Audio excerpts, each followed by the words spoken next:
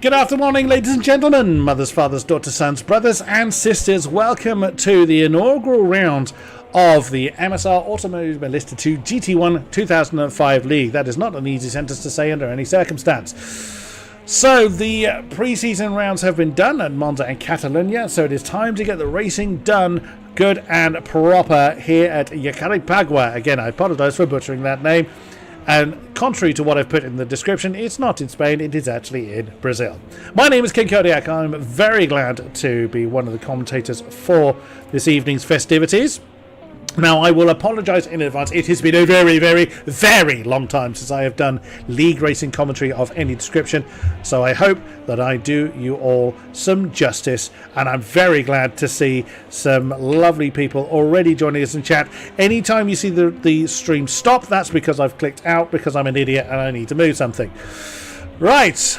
Joining me in the commentary box, I am very glad to say it. Someone is indeed keeping me on the straight and narrow. I'm not doing this on my own. Martin, hello to you, sir. Greetings. See, he does that rolling R. I can't do it. It's now, I will say it is entirely Martin's fault that I am in the commentary box. He did his original question is, do you know someone that can do it? And I said, you know what? I fancy doing this for myself. So, great! Wow, quite a lot of people in chat coming along. So great to see all of you joining in the fun. A lot of people knowing me from other places. And Nismo is a previous commentator. Good luck commentating wishes. Well, we are in for some great racing here at Jacarepagua. That we are, and we're currently a couple minutes in, but the first lap's still yet to come in. Of course, it takes a while to do an out lap and a push lap, so we'll be seeing times coming in very, very soon. 19 drivers on track at the moment, just one of them in the pits. Absolutely true. And so we're running custom liveries as well. These cars are looking fabulous. We were talking about which liveries do we like. We have this kind of lemon flavored one here that Ultimate Kaiser is running. Now there are teams out there. That is the one I particularly like on Scuderia Condor in the Maserati. Now I did try a couple of laps in these cars. I am not good with these historic GT1s. Anyone that has seen any of my videos will know I'm pretty much not very good in anything.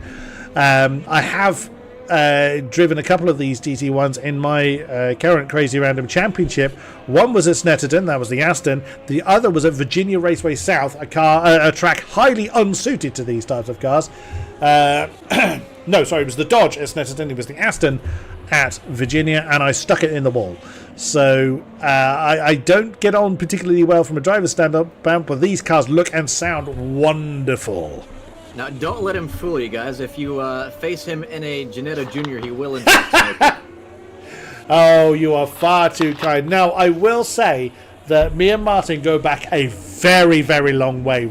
Pretty much right the way back to my very first introduction to sim racing. Right the way back in Project Cars 1.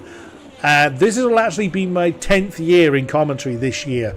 So, which was started in Project Cars 1. Some very, very good memories. And I have lost on track to this man many, many times. Yeah, I mean, that was my childhood, so I think we're on for a rematch at some point. Oh, you heard it here, folks. You heard it here. Commentators duet. Now, also, one thing we will point out, there's a lot of broken cameras in this in this track. We are not going to be too kind on them. So there will be a lot of switching to onboard cameras, like so. As we're riding on board. Again, this is a brilliant livery on the Maserati, the Martini-esque, Martini homage Maserati. The Eddie, it currently has the pole time of 1:44.4. The best time we saw was Ultimate Kaiser with a 1:43.9, and he was the only driver, I don't think anybody else got under 1:44 in the entire hour preceding this session. So Ultimate Kaiser was setting the early pace, but has yet to get a time on the board as we run through. Now, again, I will try my best with these corner names. I am likely to get them wrong. There we go. So Eddie did exactly what I did numerous times. If you change down too rapidly, the rears lock up and you will not catch it. That's, however, a different issue. Is that a different version of the track, Gillis? I'm starting to wonder if this is a team strategy because we immediately went to the other car, exactly the same livery in very similar circumstances. Well, they're nowhere near each other on track, so... thank you, Escher. I am a little bit too loud in comparison to Martin, so let me make that adjustment. Thank you very much for that. Like I say, I'm very out of practice when it comes to streaming the actual commentary. Usually other people do that for me, and I just kind of turn up and shout for a while. So very much appreciate that kind of feedback. Please do let me know. I've made a small adjustment. Do let me know if that has made the difference as we ride on board with the screaming Maserati of Gillis coming into turn 1. I'm thinking that difference is just because of my very angelic whispering voice. And plus you can't get a word in edgeways because I am doing a lot of talking. You will have to just barge your way in. Yes. It has been a while, so it's all flowing out now. You know, it's everything you've been holding in these past few years. Oh, too true. Eddie still with the top time, 144.4, and Gillis Homan in again the fellow Maserati chasing the white Dodge as we now look at. Keza just behind actually, so he might be looking to get some slipstream on that next straight. In the Aston Martin, that's the lemon flavoured one we were looking at earlier on. So we're along the back straight now, heading towards Seoul, the long left-hander, braking around about 120 metres, give or take. Kind of depends on how brave you are, although that seemed very, very late. But Kaiser being Kaiser, of course, he manages to keep it under control. Third to fourth gear corner, long left-hander. You touch the grass and you've absolutely had it. There we go, lots of opposite lock. That's kind of how I drive these GT1s because I am exceedingly heavy on the right foot. You need to be gentle with these cars. They're no traction control, no ABS, and they will kill you at any given opportunities. Wonderful cars to drive, but very, very challenging. Yeah, Kay is as well known for tinkering quite a bit with the setup, especially in the 2 preseason rounds, was trying to get some oversteer into it. Running essentially no aero in the rear. I'm not sure if he'll be doing the same tonight, but we might find out in the interviews later. His tyres are going to be on fire if he does that. But it's Kaiser for you. No, the track temperature. Oh, and that's pole for Kaiser then with a 144th. Oh, 3,000ths of a second. He had that same gap, 3,000ths of a second, over. Mars had it over Kaiser for a period of time, or other way around. I forget. Now, apologies if we have a name disappear from the tower. That is an annoying bug. Sadly, it means I have to do something in order to. We currently do have 18 people in the session. We've lost one person.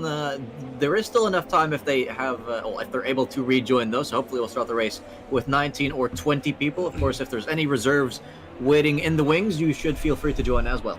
We can see a lot of masonry work here from the top of the pit garages. It's quality labor, that. We go on board now. Bumper cam on Matt. Still no time set. We've seen him do this a couple of times, trying to get everything perfect before he gets a lap in, though I think in this car he has been struggling more than usual. Understandably so. It is. The Aston does kind of have a bit more of a sharper power band. It tries to deliver its horses a bit more quickly. I think also it's a bit of a shorter wheelbase than certainly the Maserati or the Corvette. But along the back straight once again into the long left-hander. We'll see where he reappears. Thank you very much to everybody that is coming along and watching us live as we have a wonderful look at the beautiful Brazilian greenery from that long camera.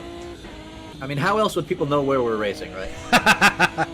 Now, which of these chariots, if you were trackside at the moment, Martin, which would be your chariot of choice? Ooh, well, I mean, we kind of are trackside in a sense, no? Granted. So wait, so are you asking who I'm rooting for, or who do I think is going to win? No, which car would you be driving if you were on the grid? Oh, okay, in that sense. Okay. See, I don't have most of these DLCs. Okay. I've driven a few of them, but from what I remember, I think the Viper was the most humane car to drive. Interesting. As in, it actually handled somewhat decently, at least in my controller finger experience. Meanwhile, Eddie now has set a new provisional pole into the 43s. Matt's with his first lap just outside of that, a 10th.5 slower. Oh, wow, Eddie then. I think Eddie was around 4th or 5th in the practice. And so fast that the advertising board got in the way. Same question to those in chat as well. Make it know if you were Traxo, what car would you choose from the GT1 2005s? I do quite like the Corvette, if I'm honest. Certainly from a sound perspective, they all sound really nice. I'm a little bit partial to the Corvette. I can't handle any of them properly. I don't pretend that I can. But as we see, that was Condor in the very Ferrari-esque Maserati getting out of the way, riding on board with aforementioned Condor. Oh no, it was Condor's teammate, excuse me, because Condor has just come over the line. Oh, now that sounds like a Corvette you just jumped on board with. They all have quite a distinct. Oh no, that's Assassin Ghosted Cars. We all braced ourselves for that. Let's be honest, we all did it. So riding on board with what chronicular cuckoo. That's you're a time traveling cuckoo then. So now looking at the Corvette. Oh, again getting a bit uncomfortable in the braking zone for Victoria. Very easy to overshoot that final corner, must be said. Yeah, absolutely true. Also, it's very easy to overshoot the pit lane entry. I do expect to see several cars smacking into that wall. It's a really tight, twisty pit lane entry here. Yeah, we've seen multiple people do it in free practice. Now, Gillish has set a new personal best. He's up into P2, a 44 flat, but still slightly slower than Eddie. Again, apologies for the stream just pausing there. So close though. I mean, bearing in mind that these cars are all quite different in how they perform as far as how they deliver their power. Raw top speed not necessarily vastly different, but these cars are not they're not all built equally, shall we say. That is very true, hence the BOP limiting the Lambo to a select few drivers. Now, this is another new driver here. I think his name might be pronounced as Arid, but I'm not entirely sure because he is in a red car, so maybe it's just a red. That is, unlike the one behind it. Now, that is quite a striking livery in the anime-flavoured Aston that is chasing aforementioned Maserati. Which seems to have quite a bit of pace as well. I do wonder, is that Ricky? Yes, it in fact is. Let's go on board. We are just coming through Legao. We have a new provisional pole. Ooh-wee. It is Ultimate Kaiser. The Master Cheese himself. 143.846, faster than we saw in practice, but less than a tenth ahead of Eddie at this point in time. 1.5 minutes to go. Again, we've got ghosted cars going on, so everybody's wincing when we see getting the tail dancing. Not the fastest way, but it is certainly very dramatic. Ricky pulls over after that one. He will not have time to do another lap, so he may practice start or may just practice a few more lines. Up to him. So now look at Matt. I will say I hadn't seen the top part of the car's livery yet, and I must I do kind of question the placement of the antennas now. Looks like Matt's heating up his tires, so not on a push lap at the moment. I think Arid's finally set a lap. He's P16 currently with a 46.8. Maserati. I found the Maserati a little bit more stable than some of the other cars in class, but again, Maserati was actually one I drove slightly later when I was testing this circuit earlier on, so it could be just I got used to it. That's an exploratory line in the Viper from Andrew. Good time. Look who it is, Andrew in his usual P7 to P8 spot. Yes, he was saying earlier he is Master of Ocho, Master of the 8. He's not far off it now, 144.663. That's a pretty good time. It's really smooth with the Viper. Crossing the line, is he going to improve? No, I guess that was an out lap. So he will have time. This will be his final lap. It will indeed. Still quite a few cars out there. We will see who has got a little bit more to find. It's riding on board then with that screaming Dodge Viper just coming through turn 3, or into turn 3, Jacarepagua. And as soon as the qualifying timer ends, of course, we can't actually see who all is in the pits anymore, so we're going to have to pay attention to the map. And he's aborted his lap. Yeah, went a little bit too deep. Coming up to Suspiro. There's that fast left-hander. So he's now trying to get maybe a 43.7. We've never seen anyone do that yet. But looking to try and improve on already the pole time. Turbo in chat says it's been a long time since I was this slow. I think you could use a turbo, but his name is Trouble. Excuse me. Yes, I beg your pardon. Put it this way, Trouble. I was still a few seconds, shall we say, slower than you when I was doing my time lap earlier on, and that was the only 2 time laps I actually managed to do. So, still looking at the gaps, though, it is very, very close throughout the majority of the field. Yeah, and I think there's going to be... Oh, as Kay is now coming into the pits, so he won't be completing that final lap. Let's go on board now with Mats, his teammate, going into the final few corners. Now, will he improve? He only needs to find 0.5 of a second to get that P3 spot from Gillish, but he's dipped the wheel into the grass. He did, but is that going to come with a check? Let's see. Into Vittoria, the final turn. Oh, flirts with the grass on the outside. Does he improve? No, he decides to do the sim races finish and chuck his car into the wall. So let's have a look at the grid then. It is indeed Ultimate Kaiser that has the top spot in the Aston Martin, with Eddie right behind him, less than a tenth. They have row 1, the Aston and Maserati. And then those 2 cars reversed. Never mind, we will go through that in a minute. I forgot that transits quite quickly. As many commentators' curses as possible, says Trouble. We have 4 so far this season. So it is Kaiser and Eddie that have the front row. Then it is Gillis and Matt that have row 2. Mammoth and Ricky will have row 3. Ricky with the first of the colourful Aston Martins. Andrew as row 4 alongside Cuckoo. I didn't spot the question marks on the Dodge earlier. It's because we were looking at it from the back, so I didn't spot that. Then, now, that name had to be explained to me, because I was trying to pronounce it as it's written, Vivaluk, or something like that. It is Warlord that has Knight in that wonderful... That is one of my favourite liveries, that John Player Special Tribute Maserati livery, alongside Fennec on row 5. Fennec, one of the ones that, if you look closely at it, it says, I didn't submit my livery in time. There it is. I didn't submit my livery in time. I love that. Bernd and JD have row 6 in the Maserati and Aston Martin, respectively. Exis and Zevius. Do I have to pronounce the V quite like Zevius, maybe? It's more like an emphasis on the first part, like Xevious. That's what I would have thought. So Zevius, alongside Exis, has row 7. Jedlin and Arad have row 8. Trouble and Condor on row 9, with Bulletsan at the back of the field. So a couple of those Falcon-esque... Whoa, is that license plate glitching for you as well? Yes, it is. It's quite, yeah, almost hypnotic. Can you imagine the holographic number plates? I hope there's no laws against that yet. No, well... Yeah, can you imagine that being shown up on a speed camera? Right. It would, well, I will say we are doing formation lap first. It will be a yes. rolling start. Just as I was getting excited there. Yes, indeed. To be honest, I would also much prefer a standing start, but it's how we've been doing it for the past few years now, so rolling start it is.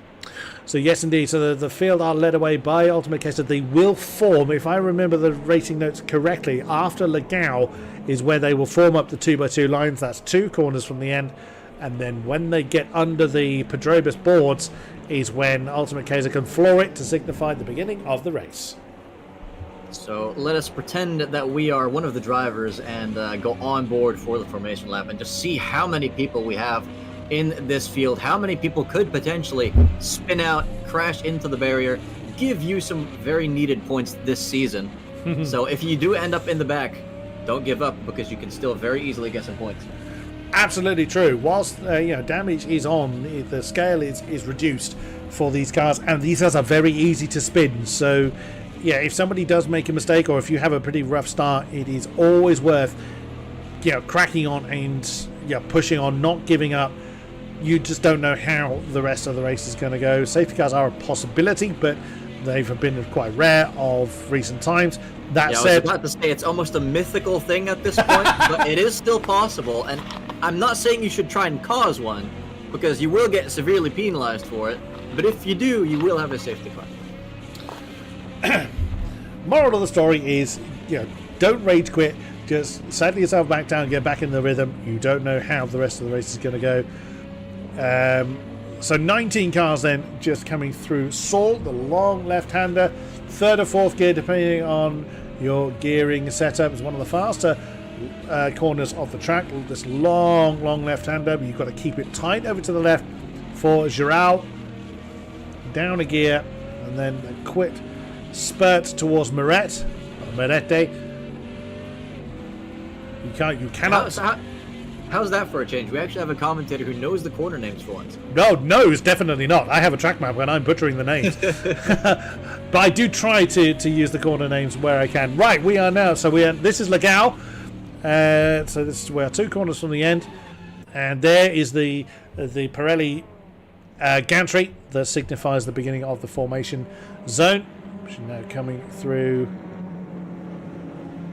So that's the final turn, Vittoria. We actually had box, which was one corner in between the two.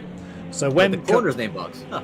The corner, yes, the penultimate corner is called box. Box. That's the one. Oh, you can see Eddie in the Maserati getting very, very close, but we are racing here at Jacarepagua. 3 wide. Oh, there's already impact between Gillis and Eddie. So we need another camera. There we go.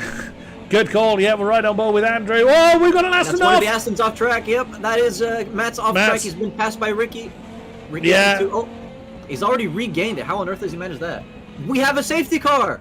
Oh, that is Jedlin that has gone round in this Corvette. Oh, several cars gone around. Exis and Bernd also coming to grief. So that is one of our Lamborghinis. That's we were talking about the almost Yeti-like safety car. You hear of it in myth, but never seen it happen. Wow.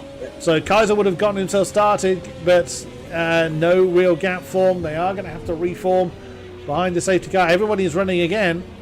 Yeah, we're going to have to see if anyone does have damage and if they will come into the pits, but I'm definitely going to be writing that one down as a commentator's curse, because we've been talking about that safety car for forever now, and we finally got one right after mentioning how rare it is. So what are the chances of that? Now, I will say as well, that race had quite a chaotic start in the front.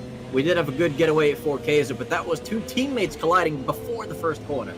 I've been here for 5 minutes, and look at the trouble I've caused, ladies and gentlemen. Meanwhile, Escher saying Ferrari up to P13, 14. Let's go. So that's Condor. That's in that Ferrari-flavoured Maserati. I think it's, again, a wonderful scream that we're not quite enjoying because the Lamborghini can't get all of its horses galloping just yet. But Kaiser will have to lead the field round for the rest of the lap before we can get going once again. Thankfully, no, we don't have to wait for the safety car to peel in or any some such. Yeah, so if we do have people that come into the pits, typically the safety car will continue until they're all back out and in the pack again. Again, it does depend on if we do have people pitting. We're going to find out in about a corner or two, but let's see if the trackside cameras will show us anyone with severe visual damage. We do see a bit of a damaged bumper there on Jedlin's Corvette, I believe.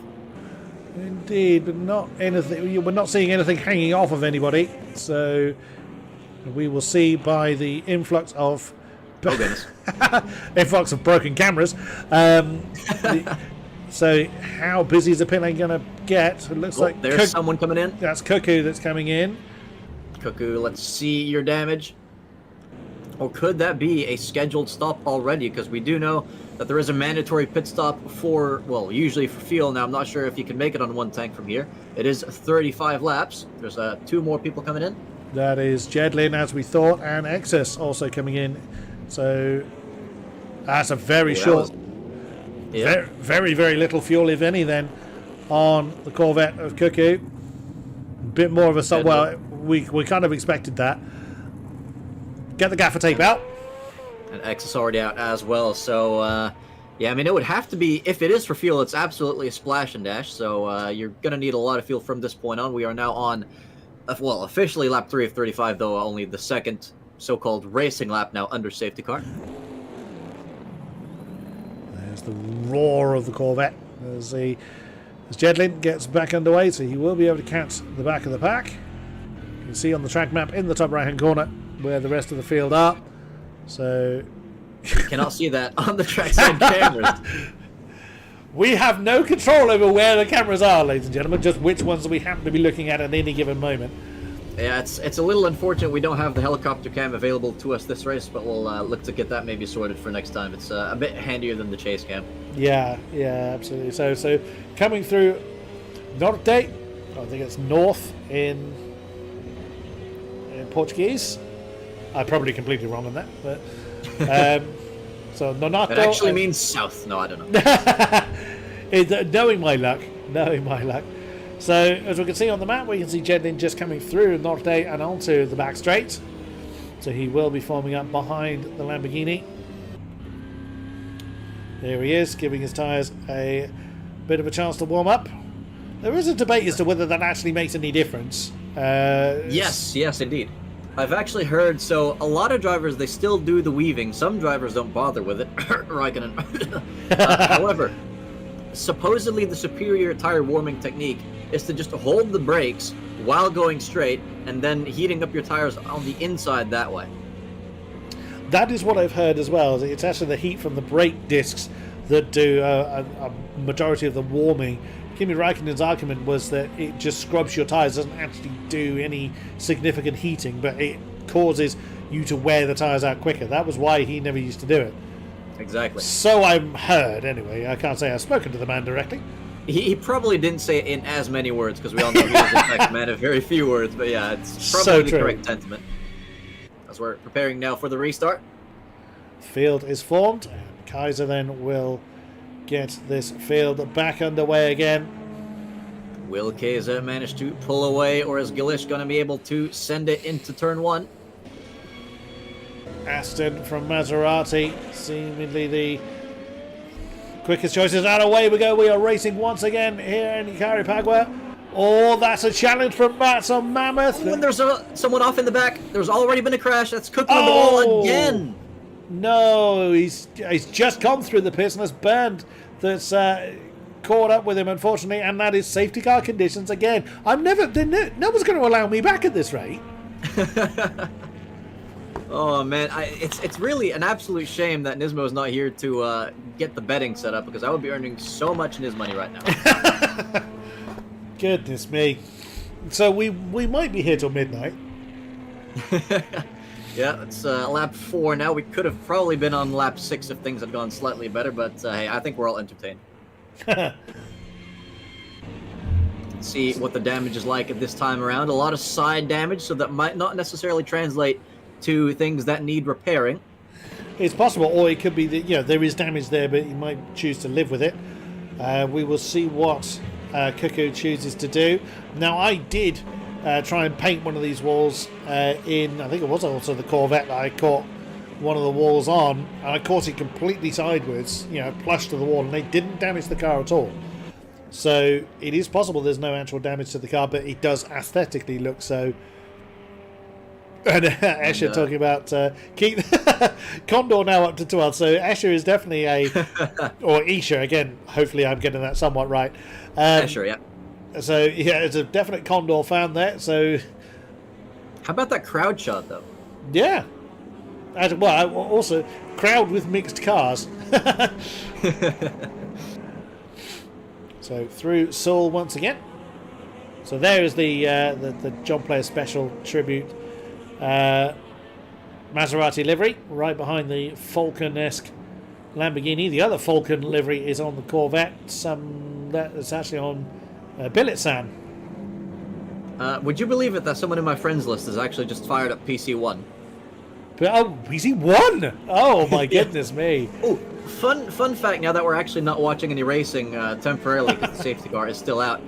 So you know how they disabled time trial for PC2, right? I vaguely remember hearing that, yes. So you can no longer access time trial in that game. You can't download any setups off of it. You can't view any replays on it. However, in PC1, it is still functional. What? Did someone run the wrong script, I wonder? I'm wondering if they maybe just set it up in a different way. But either way, it's very, very strange indeed. I wish they had treated PC2 a little bit better in its post-availability life. But I guess that's how things go when you're bought out by EA and cancelled. So, a couple of cars in. So, Jedlin, Byrne, and Cuckoo all in the pits again. certainly Cuckoo coming in again. Now, at some point, if this keeps happening, we will be seeing pretty much the entire grid coming in for fuel, because that would essentially mean that they're eliminating their mandatory pit stop. But so far, as you can see, we've not really seen that many come in, so I assume most of these people coming in for some bit of minor damage. Ash is saying I should sit in the number 8 and I can't due to injury. That's a shame. Hopefully, get well soon. Hopefully your injury heals quickly. We get to enjoy your company on track. It's kind of good that Escher's not in this race, because I think there will be plenty more injuries if he was. Oh dear. He said it. That was him. That wasn't me. I had nothing to do with it. Not because of Escher, because of all these safety cars. So Cuckoo back on track. That was quite a quick stop from Cuckoo, because I think it was Cuckoo we saw sideways scraping against the wall. Yeah, personal best sector too. You've had a rough race if your safety car sector is one of the best ones so far. Yeah, that is very, very true. But I'm sure people that were maybe on the edge about their field strategy will be very, very happy with all these safety cars. That is very true. Who probably won't be happy is Keza, though, because every safety car is an opportunity lost to build a gap. And believe me, you are not going to be sitting calmly with Gillish Hammond right behind you. No, absolutely true. Considering how close they were in qualifying. And we'll see then how that translates. A lot of Astons up front. The Maserati of Gillis then being the odd one out in certainly the top 5. Yeah, 4 of the top 5 being Aston Martins. And I think it's that Dodge that Andrew's in. It is indeed. Oh yes, it was the question mark. Well, I mean, it's a novel livery. I'll give you that, Andrew. And see, I told you as well. He starts 7th or 8th, and then he just gains position, so he's already up to 6th. True enough. True enough. Right, through Morete once more, and then into Lagoa. Lagoa, as I was saying it earlier. Again, no idea how to pronounce any of these corner names correctly. I'm making it up as I go along, as any experienced commentator will. Through Box, and then through Vittoria once again to get lap 6. Hopefully we'll get this race really properly underway very quickly. Yeah, let's keep our eyes peeled on the background in case anything does happen. Apologies for any bad cams. We're really trying our best to work around it. Right, so Kaiser should be dropping the hammer any second. No one else is coming to the pits. There he goes. We are racing once again. And lap 6 now underway. And look at Ricky then in the very pink Aston, riding on board with Mats then. Teammate to our current race leader. Mats has already had a bit of an excursion off the road. He doesn't want to do another one. So now running on board with one of the white Dodges of Fennec. Oh, that was close. That was Xavier. Yes! Oh, no! Punch in the face for Fennec there, but he's still going.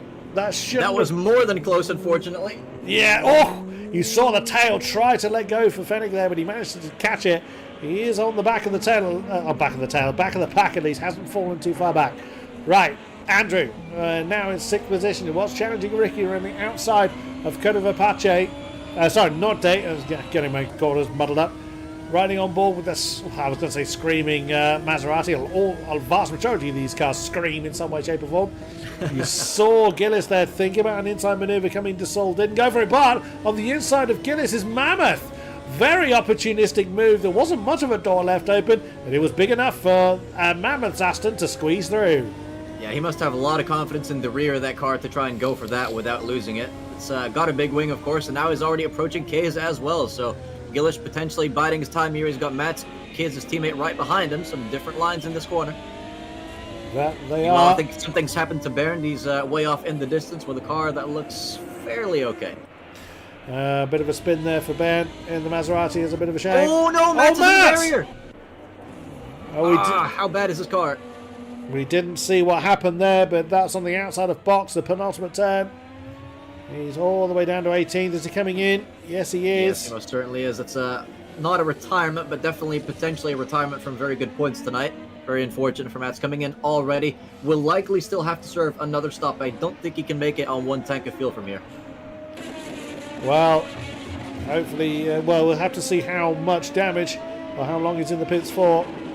As we now ride on board with We'll have a look at JD then. Oh, and just ahead, that's Andrew in the barrier. Oh no! That is... No, it's not Andrew. It's... Oh, hold on. Is that Xevious? Oh, he's in the... Is he in the same livery? Can't see the question marks. Oh, yes, he is. So Xevious is alongside a teammate to Andrew. Interesting. Well, that's somewhat confusing, but at least we've cleared that up. He's number 44. Andrew is... I don't think he has... Oh, there it is. It's 22. 22. Okay. We'll get used to the liveries by the time... Well, I'll get used to the liveries by the time the season ends. That's how it usually works for me. Oh! Well... That's Andrew. That's a commentator's curse, because I thought it was Andrew a minute ago. How close! That was pixels away from introducing the nose of the Dodge to the tyres. So he'll get going again, losing so much time. Mats is still in the... No, Mats is moving again, so he's lost a whole lap through the damage that he experienced last time around, but he's back on track in that lemon-coloured Aston. Meanwhile, the top two continuing to duke it out. Top four fight now between Gillish and Ricky. Ricky gaining some positions there. Eddie now in a good bit of clean air. Well, not really any pressure from Warlord behind, so he's in a pretty safe area as well. Mammoth staying in the tyre tracks of Ultimate Kaiser now as they've started lap 8 through Kurva turn 1. Still the Maserati. Is it called Un or U-M apparently. Interesting. That's a very short corner name. Kurva for turn 1. There isn't a name for turn 2. Don't ask me why. Kurva Apache is turn 3. And as we look at the white Corvette of Jedlin staring at the tail of Trouble. Yeah, look at the size of this pack. This is essentially half the grid here, fighting for what appears to be about P7, I think. I would say so. Which is currently held by Condor. He's worked his way all the way up into P7. Goku and Bullet Sand side by side. Bullet Sand having a tremendous start to his race, already up to P8 from the back of the grid. Very nicely done indeed, Mammoth. That's well, you don't tend to make an outside maneuver work there. That's a too long a corner. Is sold, but hold my goodness me! Oh, me of little faith. I did not think that was going to work, but Mammoth said, "Oh, really? The force is with this one in the Star Wars flavoured Aston Martin. What a move on Ultimate Kaiser of all people! That's a stunning effort from Mammoth." Yeah, if that's any indication of what the season's going to be like, I would be very, very nervous if I was Kaiser right now. Meanwhile, the two behind getting ever closer as well. They can see Ricky there going for the offensive. A little bit of a defensive move from Gillish, but it was a bit non-committal. I think Gillish went for the move, but didn't think that Ricky was going to go inside of the inside defence there. So brave move, well driven from both of them. That does put the Maserati down into 4th. Oh, if we got a 3 wide forming with all white cars as well. Yep, you have to be white to join this conga line. But find X lurking, leaves him as a camera car. Oh, the Corvette getting the inside line of Fennec, so that's Jedlin on the right, Fennec on the left, the Viper still... Oh no! The Viper just understeers a little bit into the Dodge. They live to find another day, or did they? Yes, they did. So I think Fennec let Jedlin back ahead of him there. There was a... Oh no! That's Bullet Sand. Oh, I've cursed Bullet Sand. That was from P8 down to P17 now and spinning again for good measure. That is very unfortunate. Hopefully avoiding the barrier. Thank goodness he did. But yeah, that's another curse for the books, unfortunately. Sadly so, as we look at Ultimate Kaiser. Is he going to try Mammoth's move around the outside of Seoul? He can't get it done. I think he's lacking the downforce to do it. So it could be the Mammoths have got a little bit more wing to make his car stick through a move like that, but ultimately Kaiser is still holding on to the second position, but Mammoth starting to build a bit of a lead now, around about 6/10 before they came through Lagoa. Ricky is very much ready to attack, and Gillis is still right there as well. Yeah, I was about to say, Kaiser has to be very careful with what he does right now. Does he go on the offensive or does he stay defensive? Either way, it's going to cost him time, and if he loses time to those behind, that could well cost him 2 instant positions, so it is always a bit of a risk even when you're going on the offensive. To see the comment in chat there, today is Ricky Day, don't curse him please. I've tried to talk about him as little as humanly possible. Riding on board then with the Lemon Aston of Ultimate Kaiser. Still chasing. There's a midfield thing going on into turn 1 according to the minimap. Happy days. Good spot. So Exus trying to... Hold on, sorry. There's more side-by-side. Kaiser sent it on the inside, but they're still not done yet. Kaiser has the inside for the next one. Is he going to be able to hold it? Wow. So Mammoth has got the belief in the grip of his car, but that's still side-by-side as they come through Nonato and now Norte. It's the outside line for the Star Wars flavoured Aston. It's still side-by-side. Oh, we've got to get on board with Ricky, surely. He's got the best seat in the house in the battle of the Astons. Well, the top 3 are all Astons. Look at this. Kaiser is not giving up on this at all. That's half a lap they've been side-by-side for. Mammoth just noses ahead. Kaiser's not giving up on it at all. No, now Ricky's trying to get inside of Kaiser. Can't quite do it. They're still side-by-side. Kaiser wins out just about. He's gone too deep. No, there's a tiny impact between the two. Did Kaiser manage to save it? No, he didn't. Oh no, you never want to see it, but that battle was over half a lap long. He's waiting up for him though. He's going to let Kaiser re-overtake him, I think. That sportsmanship there from Mammoth. He again wasn't obliged to do it, but you do tend to see it, particularly at league level, that you've got that. Yeah, that was my fault. I'll give it back, even to his own detriment. Yeah, there we go. So Mammoth pulling over and letting Ultimate Kaiser take the spot. But you know they've got the pace to charge back through the pack. But now Cuckoo, who was in the pits not that long ago, is now up to 7th. Yeah, it's been quite a nice recovery drive from Cuckoo. If they can get some good points here, if they can get up to a really good position in this race, they may well stay there because we've seen a lot of very strong defensive drives from Cuckoo in the past. Meanwhile, Ricky is now your new race leader after that incident. You never want to see a fight end like that. But we are still lucky enough to have a fight for P1 ongoing. Ricky versus Gillish. And the P0 board, thank you very much. Sponsored by Pirelli. Yeah. Now, I'm curious. In the old days, in PC2, you as the director would get that little marker to indicate you've got 2 cars close to each other. Do you still have that, or are you just going by the relative gap? I'm going by the gaps, and especially the minimap is quite helpful. You don't have the PC2 help here. But I think we do have something going on now for... Okay, so that was these two very, very close again, but I think Kaiser has the upper hand on this straight. A little further behind. I think there's another skirmish going on here. No, sometimes the minimap can slightly exaggerate what's going on. Like, it looks like they're all on top of each other, but they're all, like, very beautifully in one line. It's nothing crazy.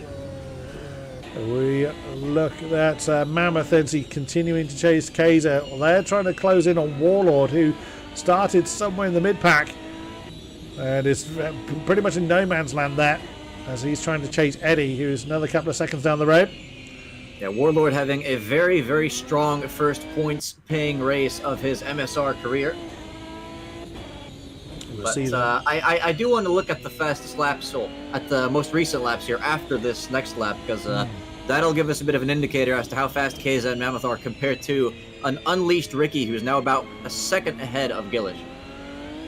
You see the amount of opposite lock. It's not wild soaring of the wheel that we're seeing from Mammoth there, but you do need to be very, very cautious with these cars. If you boot the tail, they will bite you. They are very unforgiving in that sense. We're right on board with the Viper of Fennec chasing down JD and Andrew. Having a look. Yeah, more of a show of intention more than a serious move there, and JD didn't really try and defend fresh air. As the PC2 race engineer would say, let him feel your presence. I never use that, would you believe? I don't use any kind of spotter, which is it's not a flex. It's just my own ignorance. Right on board with Jedlin chasing Ari. Oh, the Scuderia Maseratis are together now, 10th and 11th of Condor and Arid. Could they form a great big red wall to stop JD from gaining any... to stop Jedlin, not JD, from gaining any positions? There is a J and a D in Jedlin's name. Yeah, true enough. And they're quite close, so we'll give you that. Along the back straight then, the Corvette roaring its way in the tyre tracks of the Maserati into Seoul once again. That looked a bit deep from the Corvette, and that's a big move there on the inside line of Fennec from JD. He's got that move done. The Viper not trying to push his way back into that one. And that is 14th then for JD. The anime-flavoured Aston.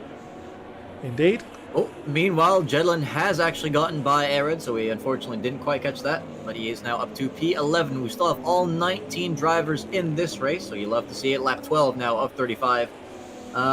We'll probably start seeing some pit stops relatively soon.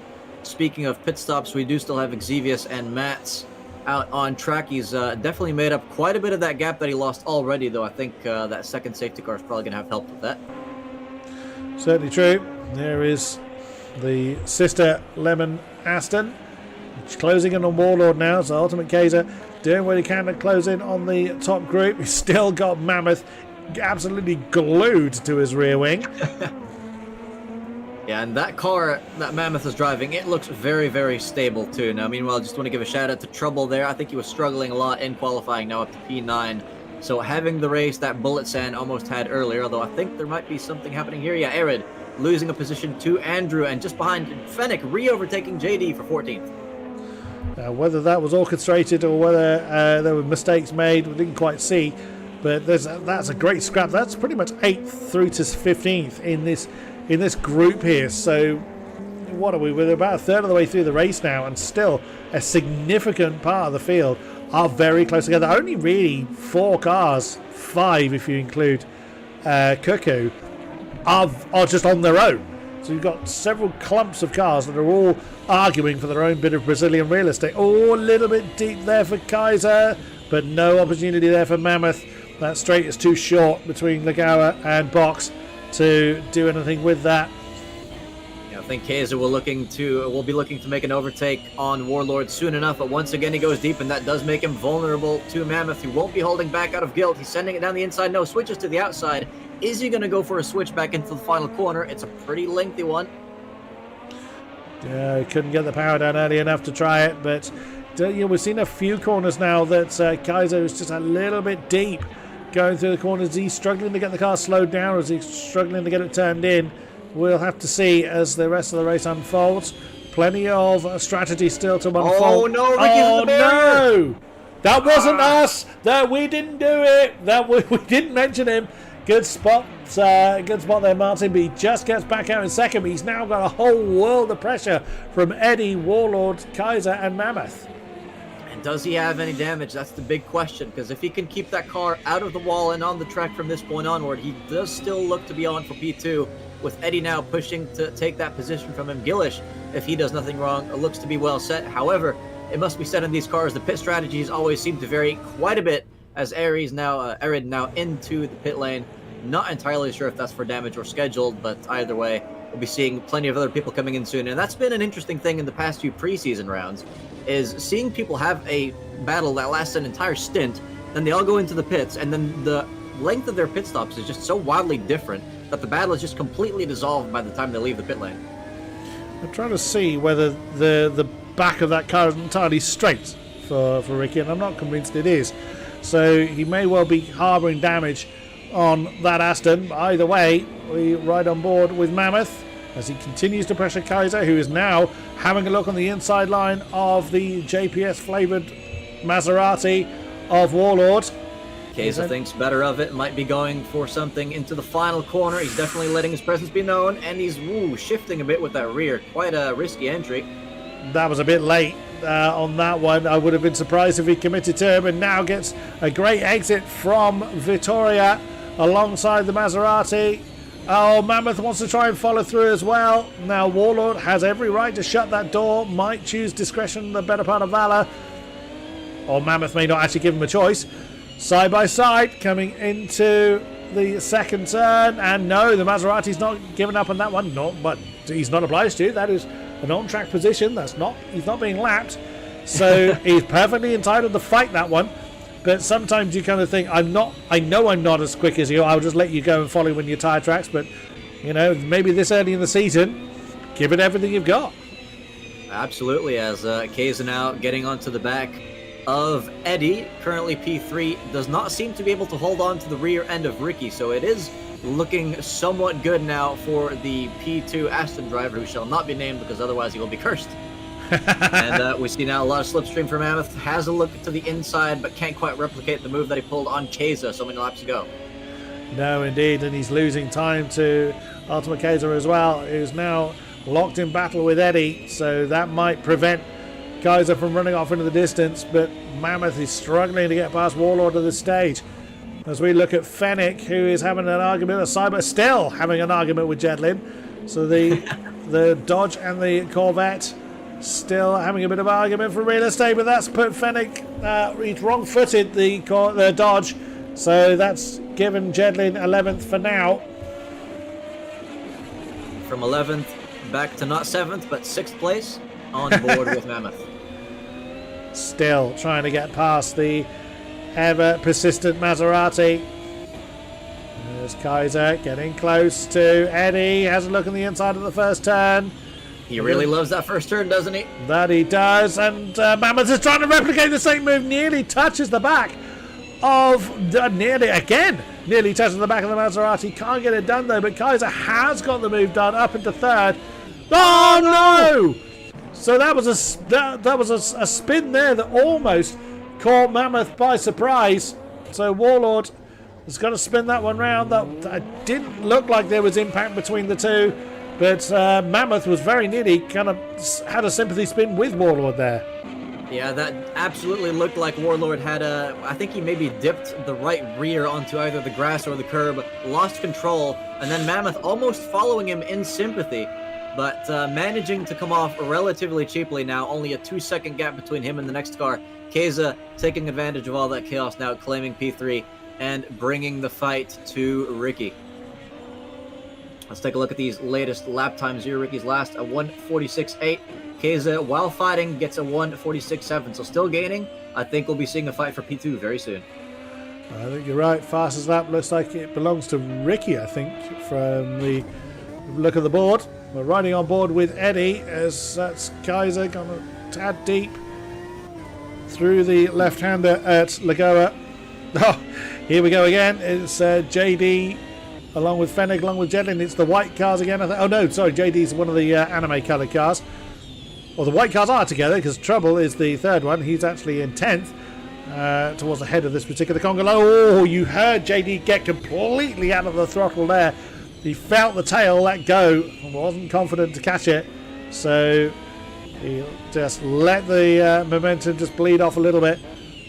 And that is that Exus that's leading? It is. It's Exus in the Falcon livery Lamborghini. He was in on lap 1, wasn't he? Or 1 or 2. And now up to 8th. He had a pretty rough start. And now he's leading this pack for some very solid points. Up in 8th position then in the Falcon coloured Lamborghini. With Andrew in the question mark Viper. I do wonder if that's for the whole season or if they're going to run that for just this race. We will have to wait and see. That's on definitely. That one. Oh, I think there's some action going on in the top 6. We have Cuckoo now here. What's happened to Mammoth? Oh, he's in the barrier. Oh, that's a huge impact for Mammoth. Sadly, we didn't see what happened there, but yeah, that's a very, very heavily reshapen Aston. Oh dear, we may be seeing our first retirement, but that's not going to buff out easily. He's actually parked it on the apex of Nanato. Is he waiting for that group to come past him, or is it just not drivable? I fear that our first retirement is about to happen. Let's go on board with Bullet Send. It's going to approach that car in about 2 corners. We'll see if anything happens by then. He's still there, is Mammoth. He's done a bit of a Fernando Alonso. He's got his deck chair out. And he's on the racing line as well. Yeah, that is not helpful at all. So unless he has had a technical problem, which again it looks like he's hitting his brakes, and then he's just going to roll. Is he going to roll through the track? That has to be. If he can't control the car anymore, he's got to retire it. That's for sure. He's going to get a penalty for this if he doesn't get out of the way very, very soon. Now Xevious about to approach. Yeah, you can see Xevious. You see there, the brakes were on. The brakes came on there as Xevious was coming through the line. And now we've got our race leaders coming past. So yep. That's got to be a technical failure of some description. Yeah, it's. I'm just wondering if it might be some sort of IRL emergency, because typically, if you've lost control of the car, you can't control it anymore. You could probably still, at the very least, exit the game. True enough. Would, put the car out of harm's way. Meanwhile, the fight now for P7 with previously featured Exus does still continue. They're gonna have to take the inside line now. I mean, at least the racing line is a little bit opened up. Of course, you're not going to have any side-by-sides, and people should be very, very cautious coming through that point. He's moving. I can see. Well, I thought yes, he's gotten off the road at least. All right. So that's very odd. Very strange indeed. I'd be curious to know what the full story of that is. But Kaiser now on the back of Ricky for second. Now, I do kind of wonder if we should count that Mammoth incident as a commentator's curse, because I was saying earlier this stream that if Mammoth's performance is anything like at all indicative of the season to come, then Kaiser should be very worried. And now look at where he is. Bit deep for Ricky. I would argue no, because he was off. We were not commentating on him at the point that he went off the road. So I won't stretch it there. I guess it depends on your definition of commentator's curse, but either way, he is parked up on the exit of Donato. Oh, that's another off! That is another off. That's Fennec. Oh, very light contact with the barrier. Just kisses the barrier. That is at Vittoria. That's the pit lane entry. I said, didn't I? So I said before the race began that we were going to see some people do that. So if we're counting Mammoth as a commentator curse, then that one has to be counted as well. No, it's I will say I'm not going to count those two just because I don't want to go over the limit or anything, but we have had a season, genuinely, Nismo and I, that by the end of the season I can't remember the exact number, but we had somewhere around 30 plus to 40 plus commentators curses. Well, it's nice to have a target to aim for, I suppose. As you can see, Kay's very, very late on the brakes, so different tactics into that corner with the same car. Ricky potentially just taking a bit more care of his tires, but we'll have to wait and see. Of course, they could change the tires in the pits. We don't know the strategies beforehand. That's stuff that we'll have to ask in the interviews. Eddie trying to close in on these two, and the more they fight, the more he's likely to close in. He's only a corner back. Oh, that's a little deep there for Kaiser coming into Lagoa, but does keep it on the straight and narrow. Fennec is in the pits, as we saw. It's a very, very lengthy stop. Well, we are just over halfway now, lap 19 of the 35. So that could be a one-stop strategy for the white Dodge. Oh, meanwhile, Ricky coming into the pits. That's why he's no longer in P2. So scheduled stop on lap 19. I wonder if we're going to see a flurry of pit stop activity. Well, that's someone that didn't signal their pit crew to come out in advance. And I love it when we don't have the contact model going on in a little bit late. So that's... Oh yeah, it's plenty of people coming in now, and we still have Mammoth there on the edge of the track, so maybe through some miracle he might rejoin the race at some point. Yeah, I'm going to be very curious to know what had happened with Mammoth. What it made me think he's had some kind of steering wheel failure or screen freeze or something like that. As you can see, Trouble trying to mow a little bit of grass there with what's left of his right-hand tires. Glorious. Pretty much a third of the grid in at this point. I think the next third will be coming in either the next lap or the one after that. So most people trying to stretch their fuel tanks halfway. That makes sense. So we'll see who has played the numbers right with the couple of safety cars we had early on.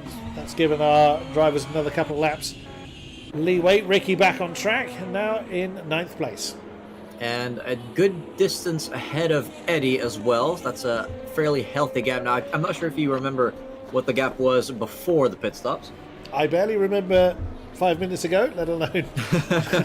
No, I don't remember what the gaps were pre-pit stop, I'm afraid. That's all right. We now have Exevious overtaking all these guys as well. Andrew coming out just behind his teammate. The two question marks now forming a double question mark as the leader comes in. Gillis indeed in. So he had, I think his lead was around about 11 seconds from Ricky earlier on. So we'll see if he's able to regain that I a very big emphasis on I think. That's what the that's what the gap was.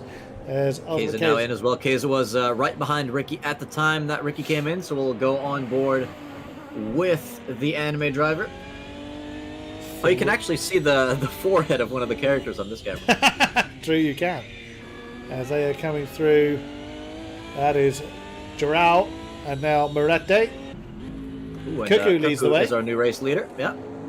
Still has to do another pit stop, and of course that car is still appearing very damaged. Now, there is a bit of a glitch in this game, of course. When you do pit and fix your damage, it's often not fixed for the stream. So if you do see a car that looks absolutely ready for the scrap heap, do not be worried. It's probably fine.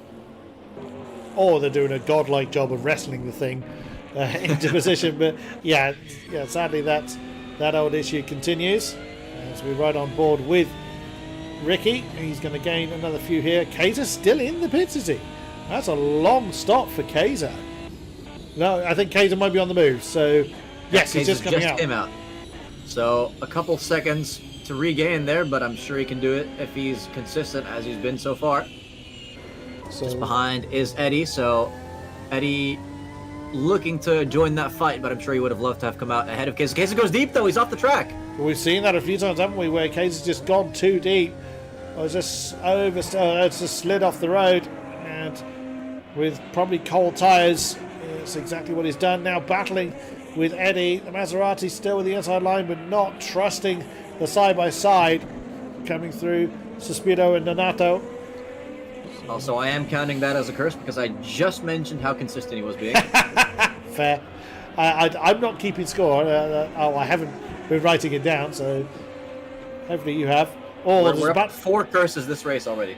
So it's a battle for second really raging on between Jedlin and Bernd, along with this battle for currently 7th place between Kaiser and Eddie. Cuckoo is now in the pits. There's Kaiser. Quick look at these. Oh, Bernd coming in now as well. Jedlin stays out. So then, how does the order shake up? Fanatec driver issues from Mammoth. Oh no. I did wonder whether it was some kind of control issue. He has retired the car now. So what a time for that to happen. Scrapping for potential podium positions.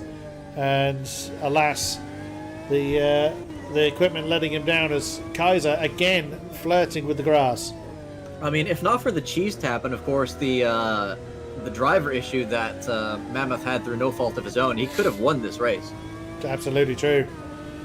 Well, like you say, that's still an indication of, or hopefully that's an indication of the season to come, that the sort of pace that we're seeing from some of the drivers. Certain drivers we expect to be towards the top. It's always good to see fresh names challenging the establishment as we ride on board with Fennec pushing Andrew. The Vipers having an argument for their bit of real estate. Andrew hanging on to the top 10. Yeah, I was about to say it's a very nice close-up of the black bumper. Of course, might not stay black all season. We still have to figure that out. Just behind as well, Trouble and Nexus fighting it out for P12, although it's kind of turning into a 4-car battle, so that's nice to see. 4-car conga line. Only one of them's not a Dodge, but fair play to them though. Firmware update mid-race as well. Oh damn, that is cruel luck for Mammoth. Well, that better be the best update of all time. That'll give him a performance advantage for the rest of the season. That says half a second a lap now. So Exus not quite getting as much pace through that section as the Vipers ahead of him. Fennec looks like he's going to be challenging, or looks like he was potentially going to be challenging Cuckoo. Now Jedlin is in, so that's going to hand the lead over to Gillis. So we'll now see what the relative gaps are to certainly our top 4, and see how they shake up post pit stop. Now, I would say that that's the final driver yet to pit, but of course, Matt's with his earlier incident, I don't think he's got enough fuel to finish this race, so we'll probably be seeing him coming in as well very, very soon. Only 5 seconds off the lead at the moment. He will not be staying there. Fair point, well made. That'll be gutting for him, because you lose such a huge period of time. Even if you're stationary in the pit box for a very short period of time, you lose 20-25 seconds just in pit lane speed limit alone. So that'll be a massive blow for Matt if he does have to come in. Jedlin is in the pits then. And hold on, we've got Cuckoo sending it down the inside of Barrington to turn 1. Please give us a camera that works. Still having an argument, but the Corvette has managed to sweep her in the outside, coming into the second turn, and through into 7th place goes our brief race leader of Cuckoo. Now we've got an idea of our relative gaps up top. So it's 5 seconds between Gillis and Matt as we ride on board with Arid. As he's chasing. Hold on. Just behind. I thought they were side by side. The timings on these two are slightly glitched, but JD is in fact still behind Jedlin. Oh yeah, so I hadn't spotted that. So apparently JD is ahead of Jedlin. But yeah, why not? The Corvette's gone deep. The Corvette's gone deep there. A little bit too eager with the right foot. So you saw a lot of counter steering going on as they were coming into Nanato, but not able to capitalise. Jedlin was able to defend it well enough. But JD in the slipstream now on the back straight. He's got the overspeed, gets the inside line. Jedlin doesn't defend the inside, and that is potentially 14th then to the Anime Aston. Can he slow it down? I don't think Jedlin's car had any answer to that on the straight, but he's sending it down the inside now of the next corner, turns into the outside. Can he hold it around there like we saw Mammoth do earlier? He's having a good go. They're still side by side. Working cameras would be nice, but we can only use what we have, ladies and gentlemen. So Matt's using his pit crew back in P5. Yes, Matt's is back in again. So exactly as you called there, Martin. Matt's having to visit the pit lane again. Oh, that's a slider for the Corvette. Too hot into box. So good save. There was a good save, kept him out of the wall, but drops him right back from JD. Bernd is losing a battle with Fennec here. Maserati against Viper. And Andrew is, he's just kind of minding his own business at this point. He's got a great battle going on. He's in P7. He is in P7. Andrew is in P7. Of course he is. But yeah, it must be said, Fennec having quite a good second stint to his race. Seemed to be struggling a bit in the first half, now up in P8. Very true. He's setting off after Andrew to put him back into his customary 8th position. Matson all the way down in 15th place from second. We just missed his Condor overtake, actually. He must have done that very quickly because there was still a bit of a gap there on the minimap when I checked them. Very true. Meanwhile, Barrett and Trouble side by side down the back straight. Viper on the inside. Maserati is going to try a long move around the outside. We saw Mammoth make it work earlier on. Oh, that's deep for the Viper. And that's well driven from both of them there. So Ben gets the up and under on Trouble, and that's allowing Access in the Lamborghini to close in on them, and Arid is not far behind in the Maserati. Side by side again after a really, really good exit for Trouble. Can you hold it around the outside? Another inside maneuver for the Maserati. There's Access in the Lamborghini thinking about it, but not able to capitalise. Oh, getting a bit twitchy as they are exiting Lagoa. Oh, again the Lambo. First onboard shot of the Lambo this race, I think. You can see there's lots of thinking about trying to make moves work. Yeah.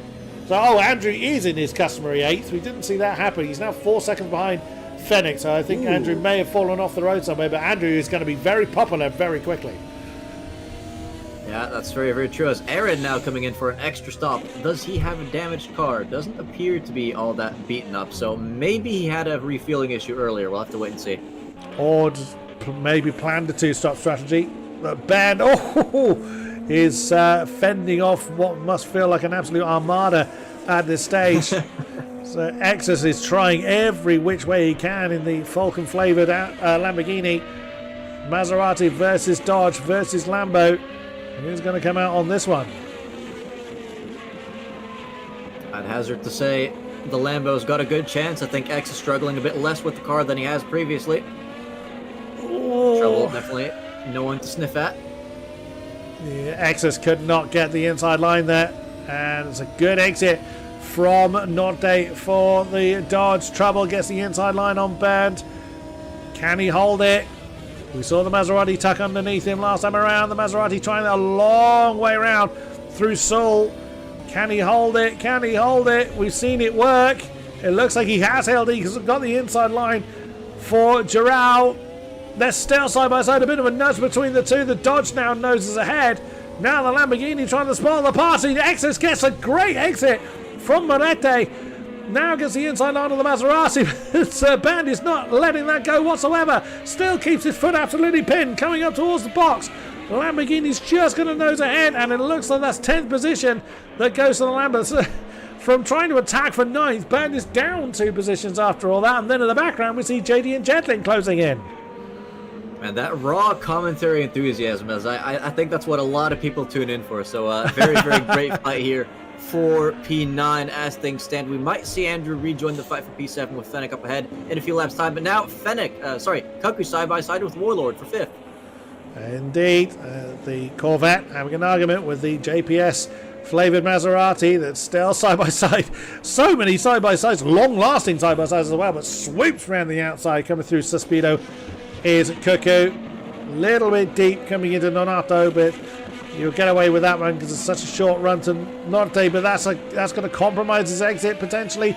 No, he goes for a bit of a later apex, does the Corvette. It's onto that back straight. Warlord has no immediate answer to that, but stays in his tyre tracks. Back to Exodus then in the Lamborghini. The Dodge got a bit uncomfortable coming through that final turn. Meanwhile, Mammoth asking what the current curse count is. So, for this season so far, we have... Well, I'll say it for the race so far. This race, we've had 4 commentators' curses.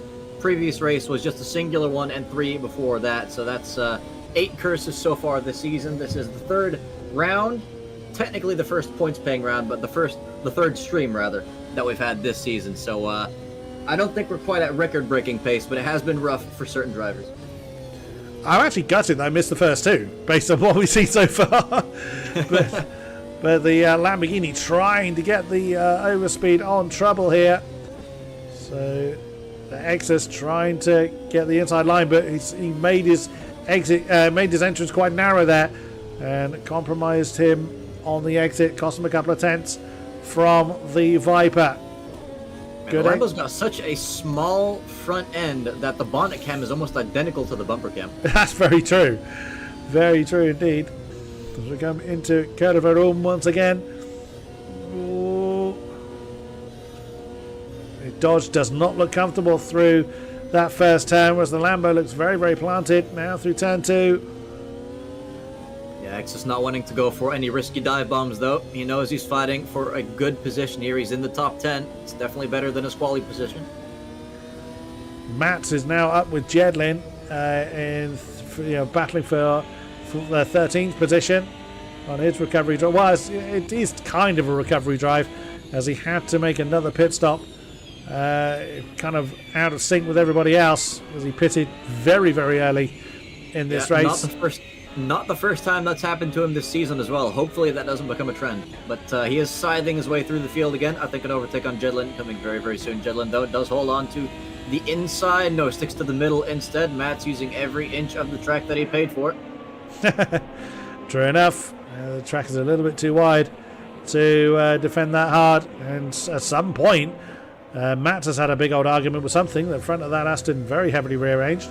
As we look at Bernd chasing JD for 11th position. I think JD might have just overtaken Bernd actually for that one. Okie dokie. So the Maserati falling to 12th. And this pair still as close as ever. Close enough to read the bumper. Oh, a little bit uncomfortable there for the Dodge once again. Oh, it's a send. Oh.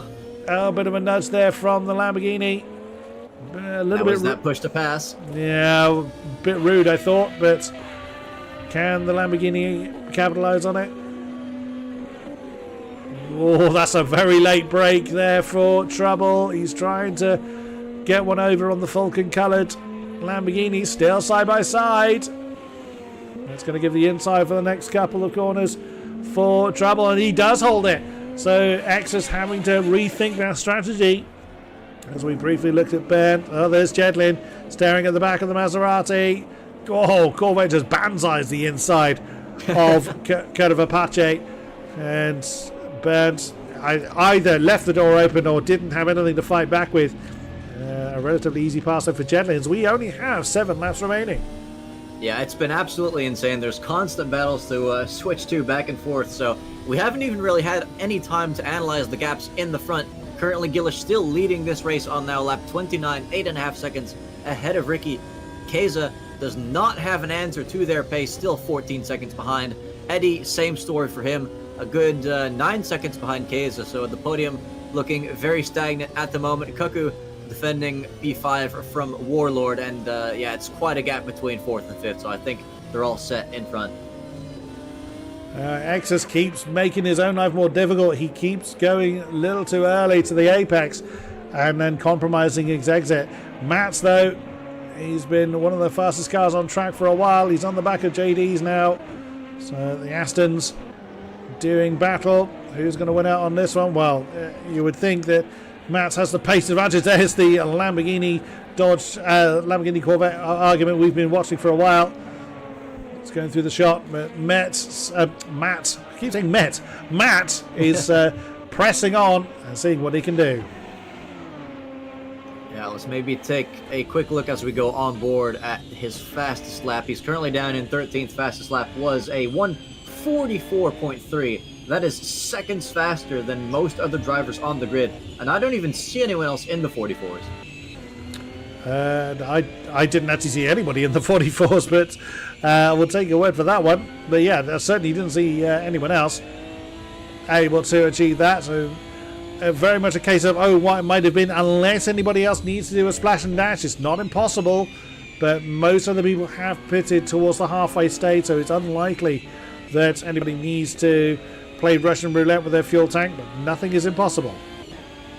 Now, it must be said as well, we are nearing the end stages of the race as Mats goes for his long expected overtake. JD does not make it hard for him at all. But in these final few laps now, at some point, we will reach the point in the race where safety cars can no longer be triggered. So if anyone would still like to see another one, I think you'll have to save those hopes for next race. Oh, side by side up ahead, that's Trouble and Exus that are arguing. The Lamborghini still trying to make the move. They're still side by side. Matt has got a great ringside seat for the argument going on ahead. Corner after corner. Look corner. how much he's catching them as well. Well, indeed, they're compromising themselves that heavily. But now, finally, Exus does get ahead of Trouble for that 9th position. The Dodge is having to concede that for now. And here comes Mats to make their day even worse. Or more fun, depending on how you look. Well, yeah, true. Oh, you can see that's just more deep driving from Trouble, and Matt's really aggressive rotation in the corner manages to keep that car under control, takes P10 from Trouble, knocking him out of the top 10, but can Trouble re-engage Exus once Matt passes him? That is the question. He certainly has the pace to do it. Does he have the time left? He's got just under 6 laps to go. Oh! Ooh, that was very either laggy or aggressive, I'm not sure. Could be a combination of the two. I think that was a bit of lag that made it look like Trouble was fast approaching the wall. Meanwhile, Fennec getting very close to Warlord for that 6th position. Fennec very experienced in this league, of course. Warlord still a rookie driver. Fennec in the Sister Viper to Trouble. Oh, look at Matt. Unbelievable how amount of time he's caught up since his last pit stop.